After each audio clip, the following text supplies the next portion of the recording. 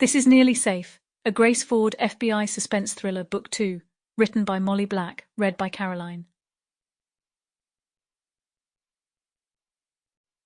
Prologue. Parker Menzies knew he shouldn't be here, down at the river.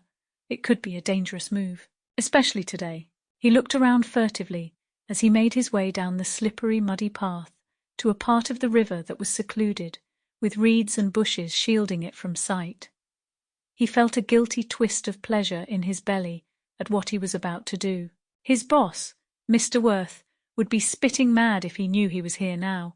It was close to the month's end, and that always meant more pressure, more customers needing their accounts up to date, more payroll changes.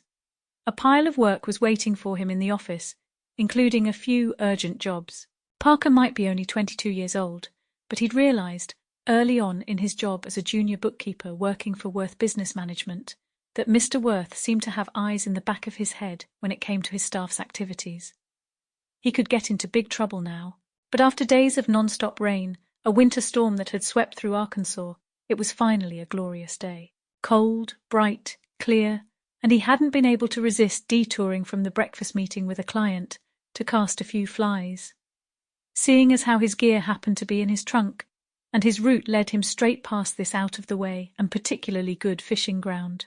The river gleamed in the low morning sun, wide and silvery blue, and although the deeper parts would be moving fast, swollen by the rain, the shallows were calmer. Parker took a deep breath, inhaling the crisp, fresh air. He closed his eyes and let the sun warm his face. The stress and pressure from work began to melt away, and he felt a sense of peace wash over him.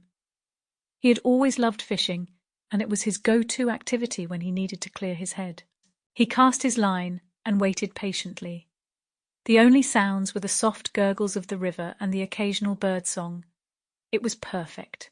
Just him, the river, and the fish. Although, what was that rustling noise from beyond the trees?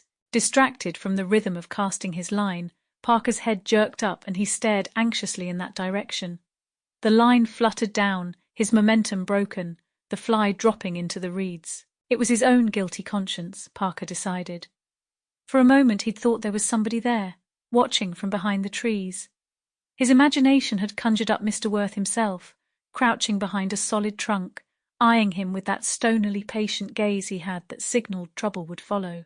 Parker shook his head, chiding himself for letting his imagination get the best of him, realizing how silly it was to be afraid of his boss stalking him in the middle of nowhere.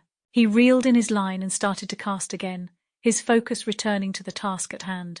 But then he heard the rustling, close. Sample complete. Ready to continue?